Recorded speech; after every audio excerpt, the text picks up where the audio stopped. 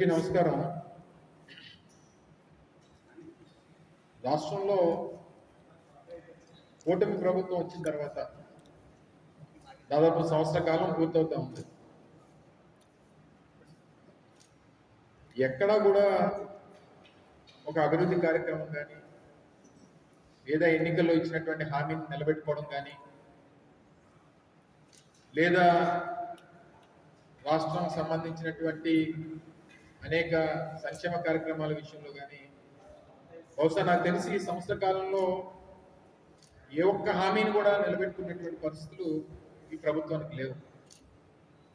కానీ గడిచినటువంటి సంవత్సర కాలంగా వారు చేస్తుంది ఏంటంటే జగన్మోహన్ రెడ్డి గారి మీద,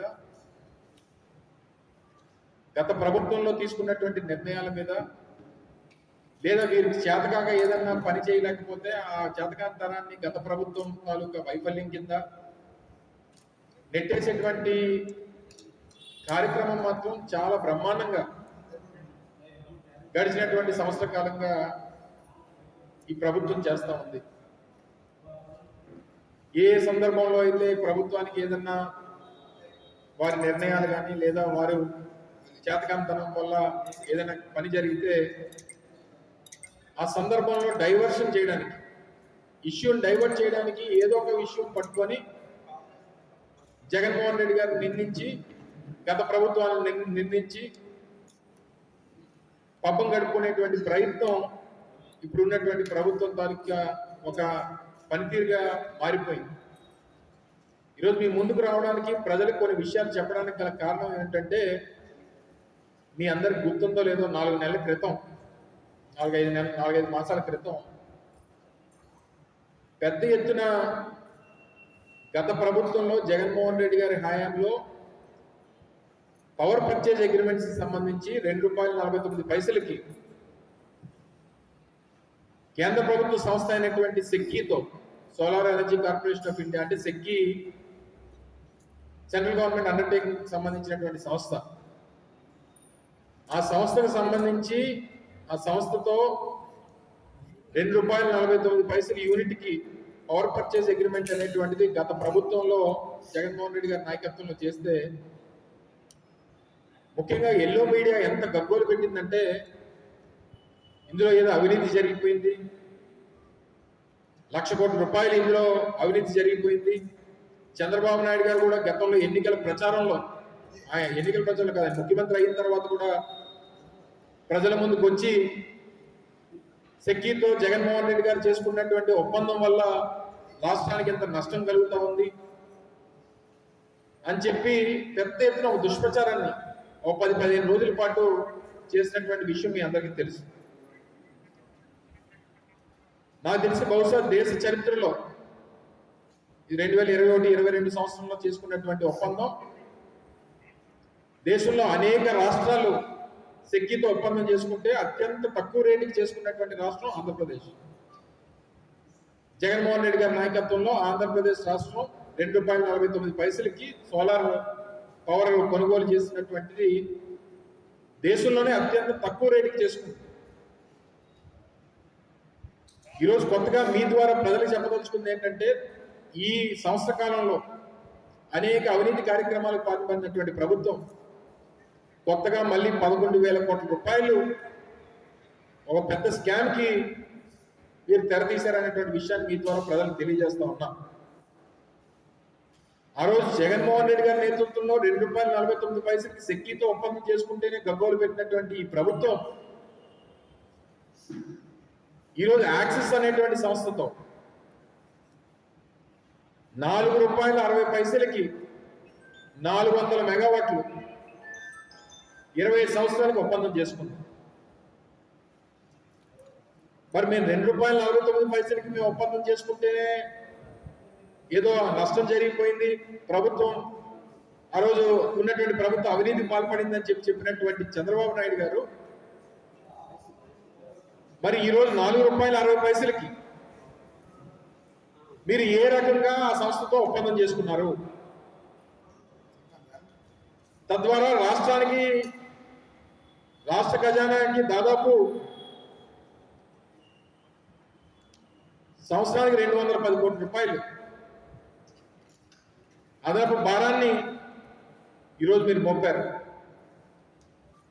అంటే రాష్ట్ర ఖజానా కంటే ఇందులో మీరు ఎంత కొట్టేశారు, మీ తాలూకు వాటా ఎంత?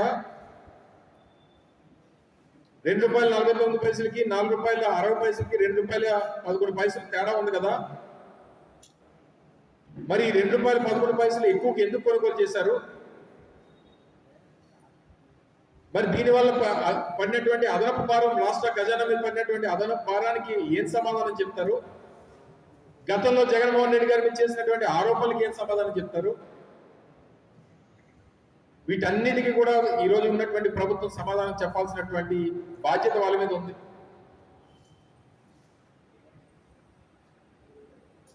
గతంలో 2014-19 మధ్యలో దాదాపు ₹7కి ₹6.90, ₹6.95కి ఒప్పందాలు చేసుకున్నటువంటి గత ప్రభుత్వంలో 2014-19 మధ్యలో ఉన్నటువంటి చంద్రబాబు నాయుడు గారి ప్రభుత్వం ₹6.90 కూడా చేసుకున్నారు. ఇప్పుడు సోలార్ పవర్కి సంబంధించి మేము చేసుకున్న ఒప్పందాన్ని ప్రశ్నించేటువంటి పరిస్థితుల్లో అనేక మీడియా సంస్థలు. అసలు ఆశ్చర్యం ఏంటంటే ఈ ఒప్పందం జరిగిన ఏ టీవీ ఏ ఛానల్ చూపించుకోవడం అనేటువంటిది, ఎల్లో మీడియాకి సంబంధించినటువంటి ఛానల్స్ అంటే వాళ్ళు కనబడట్లేదా? లేదా అదనపు భారం ప్రజల మీద ఖజానా మీద పడినా సరే చంద్రబాబు నాయుడు గారికి ఇబ్బంది లేదు కాబట్టి మేము మాట్లాడమని చెప్పి అనుకుంటారా? ఆ రోజు జగన్మోహన్ రెడ్డి గారి మీద ఎన్ని ఆర్టికల్స్ అండి, ఒకటి కాదు రెండు కాదు, పేపర్లో, ఆంధ్రజ్యోతిలో, ఈనాడులో రకరకాలైనటువంటి ఆర్టికల్స్, పదుల కొద్ది ఆర్టికల్స్, దాదాపు ఒక 15-20 రోజులైతే ఇంక వేరే పని లేనట్టు పదుల సంఖ్యలో రోజు దీని మీద ఆర్టికల్స్. రాష్ట్రానికి తీవ్ర నష్టం, అధిక ధర ఎందుకంటే అడ్డగోలు వాదన, అంతర్జాతీయ స్థాయిలో జగన్ అవినీతి ఒప్పందానికి అడ్డగోలుగా సమర్థన, ఇలా రకరకాలైనటువంటి హెడ్డింగ్స్ పెట్టి అత్యంత తక్కువ ధరకు మేము ఒప్పందం చేసుకుంటే మా ప్రభుత్వంలో దాన్ని ఈ రకంగా నిర్మించారు. మరి ఈరోజు ₹4.60కి ఏం సమాధానం చెప్తారు చంద్రబాబు నాయుడు గారు? కూటమిలో ఉన్నటువంటి రాజకీయ పార్టీలు ఏం సమాధానం చెప్తాయి? మరి ఎవరికి లబ్ధి చేకూర్చడానికి ఒప్పందాలు చేసుకున్నారు? దీని మీద నుంచి పడేటువంటి అదనపు భారం రాష్ట్రానికి నష్టం కలిగిస్తా ఉంది. 20 సంవత్సరాల పాటు ఈ రేట్ని భరించాలి. 20 సంవత్సరాలకి అదనంగా మరో ₹11,000 కోట్ల రాష్ట్ర ప్రభుత్వం మీద, రాష్ట్ర ఖజానా మీద భారం పడతా ఉంది.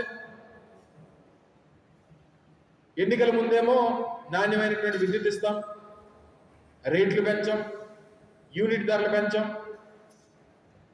అని చెప్పి వచ్చినటువంటి ప్రభుత్వం సంవత్సరంలో ₹15,000 కోట్ల అదనపు భారాన్ని రాష్ట్ర ప్రజల మీద పడేసింది.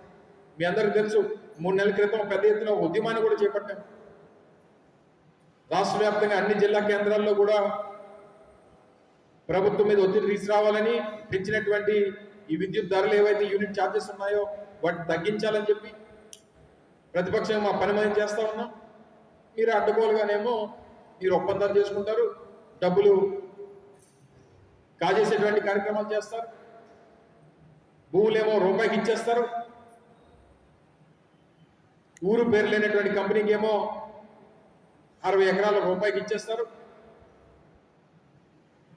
ఏం చేస్తున్నారంటే ఓన్లీ ఈ సంవత్సర కాలంలో కేవలం ఏ రకంగా దోపిడీ చేయాలి, ఏ రకంగా డబ్బులు కొట్టేయాలనేటువంటి దాని మీద పెట్టినటువంటి దృష్టి ఈ రాష్ట్రంలో పేదవాడి సంక్షేమం, రాష్ట్ర అభివృద్ధి మీద పెట్టకపోవడం అనేటువంటి చాలా బాధాకరమైనటువంటి విషయం.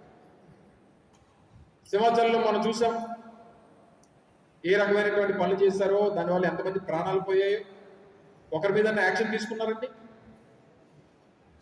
కమిటీ వచ్చింది, మాట్లాడింది, వెళ్ళిపోయింది, క్లియర్ కట్గా కాంట్రాక్ట్ చెప్పాడు, మా మీద ఒత్తిడి తీసుకుని వచ్చి పనులు చేయించారండి, నిలబడదన్నా సరే బలవంతంగా పనులు చేయించారండి. అంటే ప్రభుత్వం తాలూకు పనితీరు మీద శ్రద్ధ లేదు, చేసేటువంటి పనుల మీద శ్రద్ధ లేదు, చేస్తున్నటువంటి ఒప్పందాలు సరే మాకు 164 సీట్లు ఉన్నాయి కాబట్టి మేము ఏం చేసుకున్నా పర్వాలేదనేటువంటి ఆ బరితెగింపు, రాష్ట్ర ఖజానాకి గండి కొట్టేటువంటి కార్యక్రమం, ₹2.10 తేడా యూనిట్ మీద.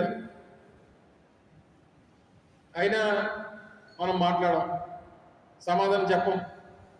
యాక్చువల్గా ఈ ప్రపోజల్స్ ఏమైనా వచ్చినప్పుడు ఏపీఆర్సీకి పంపించి వారి తాలూకు అంగీకారం తీసుకొని ఈ కొనుగోలు అనేటువంటి సహజంగా జరుగుతాయి. ఈ ఉన్నటువంటి చట్టంలో ఉన్నటువంటి లూప్ హోల్స్ అన్నింటినీ తీసుకొని సెక్షన్ 108 అనేటువంటి ఏదైతే సెక్షన్ ఉందో వాళ్ళ మీద ఇలా తీసుకోవాలనేటువంటిది వాళ్ళని ప్రెజర్ చేస్తూ ఈ సెక్షన్ వాడి ఒప్పందం చేసేసుకున్నారు. పక్క రాష్ట్రాలు ఏమో తక్కువ కొంటాయి, మనం మాత్రం ఎక్కడ లేనటువంటి రేట్లకి మనం కొంటాం. అడిగితేనేమో జగన్మోహన్ రెడ్డి గారికి సంబంధించినటువంటి పాత ఒప్పందాలు, మీకు అవసరమైతే అది ఎక్కువ రేటు. ఇప్పుడు ఏం సమాధానం చెప్తారు? ఇంత పెద్ద ఎత్తున అవినీతికి పాల్పడి సంవత్సర కాలంలో ఒక పక్క శాండ్, ఒక పక్క ల్యాండ్, ఒక పక్క బెల్ షాపులు, ఒకటి రెండు కాదు అన్ని రకాలైనటువంటి అవినీతిలో ఎన్ని రకాలు ఉన్నాయో, అవినీతి చేయడానికి ఎన్ని అవకాశాలు ఉన్నాయో అన్ని అవకాశాలని సంవత్సర కాలంలో వాడుతూ ఉన్నారు. పై స్థాయి నుంచి ముఖ్యమంత్రి గారి స్థానం నుంచి కింద స్థాయి కార్యకర్త వరకు, తెలుగుదేశం పార్టీ కార్యకర్త వరకు, కూటమికి సంబంధించినటువంటి కార్యకర్తల వరకు ఎక్కడ మరి దేనికి అవకాశం లేదు. సంక్షేమం అనేటువంటి మాటకి అసలు ఆ పదాన్నే డిక్షనరీలో తీసింది ప్రభుత్వం. కేవలం అవినీతి అవినీతి అవినీతి, మరొకటి లేదు మా ప్రభుత్వంలో అనేటువంటి దానికి ఈ సంవత్సర కాలం తాలూకు పరిపాలన ఒక నిదర్శనం. దీనికి సమాధానం చెప్పాలి ప్రజలకి. ఆ రోజు జగన్మోహన్ రెడ్డి గారు మీరు చేసినటువంటి ఆరోపణలకు క్షమాపణ చెప్పాలి. ఇప్పుడు మీరు చేసుకున్నటువంటి ఒప్పందానికి ప్రజలకి సంజాయిషి ఇవ్వాలి. తద్వారా ఎంత భారం ఈ రాష్ట్ర ప్రభుత్వం మీద పడతా ఉందో, మీరు మోపినటువంటి భారం వల్ల మీకెంత లబ్ధి చేకూరుతా ఉందో, తద్వారా మీరు ఇందులో ఎంత కాజేసేటువంటి ప్రయత్నం చేస్తా ఉన్నారో ఇవన్నీ కూడా పెద్ద ఎత్తున ప్రజల ముందు పెడతాం. ప్రభుత్వానికి సమాధానం చెప్పమని అడుగుతాం. పరిపాలన మీద శ్రద్ధ పెట్టమని చెప్పి కోరుతా ఉన్నాం. ప్రపంచంలోనే అతిపెద్ద ప్రజాస్వామ్యం భారతదేశం. ఏం చేస్తాం? 5 సంవత్సరాలకు ఒకసారి ఎన్నికలు. సంవత్సరం అయింది, 4 సంవత్సరాలు వెయిట్ చేయాల్సిందే. మీరు చేసినటువంటి తప్పుల్ని ఎప్పటికప్పుడు ప్రజల దృష్టిలో పెడతా ఉంటాం. మీరు చేస్తున్నటువంటి అవినీతిని ప్రజల దృష్టిలో పెడతా ఉంటాం. మీ వల్ల ప్రజలు పడుతున్నటువంటి ఇబ్బందుల్ని వారికి గుర్తు చేసేటువంటి కార్యక్రమాలు చేస్తాం. ప్రభుత్వం తాలూకా నిర్ణయాల్ని వెనక్కి తీసుకునేటువంటి విధంగా వారి తప్పుడు నిర్ణయాలు, తప్పుడు ఒప్పందాలు, వారి అవినీతి ఒప్పందాలు, వీటన్నిటిని కూడా ప్రశ్నించేటువంటి కార్యక్రమం బలంగా వైఎస్ఆర్ కాంగ్రెస్ పార్టీ చేస్తుంది. జగన్మోహన్ రెడ్డి గారు మీరు చేసేటువంటి తప్పుడు ప్రచారాన్ని తిప్పికొట్టేటువంటి కార్యక్రమం చేస్తుంది. ఏదేమైనప్పటికీ మీరు చేసినటువంటి ఈ అవినీతి దాదాపు 11,000 కోట్ల రూపాయలు స్కామింగ్. ₹2.49 కొనాల్సింది మీరు ఆ రోజు మా మీద ఆరోపణ చేశారు. ఒక 10 పైసలకో 20 పైసలకో తక్కువ కొనండి. సరే, ఆ రోజు మమ్మల్ని ₹2.49 కొన్నారు, ₹2.30కో ₹2.20 మేము కొన్నామని చెప్పుకోవడానికి. మేము ₹2.49 కొంటే మీరు ₹4.60 కొన్నారు. అప్పటికి చెప్పండి, ట్రాన్స్మిషన్ ఛార్జెస్ లేవు మా టైంలో, ISTS ఇంటర్స్టేట్ ట్రాన్స్మిషన్ ఛార్జెస్ లేవు, ఏవి లేవని చెప్పినా సరే అవన్నీ ఉన్నాయని చెప్పి తప్పుడు ప్రచారం చేసి జగన్మోహన్ రెడ్డి గారిని డిఫేమ్ చేయాలనేటువంటి ప్రయత్నం చేశారు. చివరికి నిరూపించలేక అబద్ధాన్ని నిజం చేయాలనేటువంటి ప్రయత్నం చేశారు. చేత కాలేదు. ఈరోజు తిరిగి మీరు ఈ కార్యక్రమాలన్నింటికీ కూడా మీరు ముందడుగు వేశారు. మీరు ఎక్కడి నుంచి అమరావతి ఒక స్కామ్, ఈ ఒప్పందాలు ఒక స్కామ్, విశాఖపట్నంలో ఇచ్చినటువంటి భూములు ఒక పక్క లూలు కట్టారు, ఒక పక్క వర్షా కట్టారు, రూపాయికే భూములు ఇచ్చేస్తారు.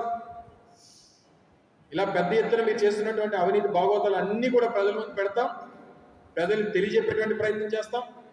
మీరు చేస్తున్నటువంటి ఈ నిర్ణయాల్ని వెనక్కి తీసుకునేటువంటి విధంగా మీ మీద ఒత్తిడి తీసుకొచ్చేటువంటి బాధ్యత కూడా వైఎస్ఆర్ కాంగ్రెస్ పార్టీ తీసుకుంటుంది అనేటువంటి విషయాన్ని ఈ సందర్భంగా మరొకసారి తెలియజేస్తాను. Thank you.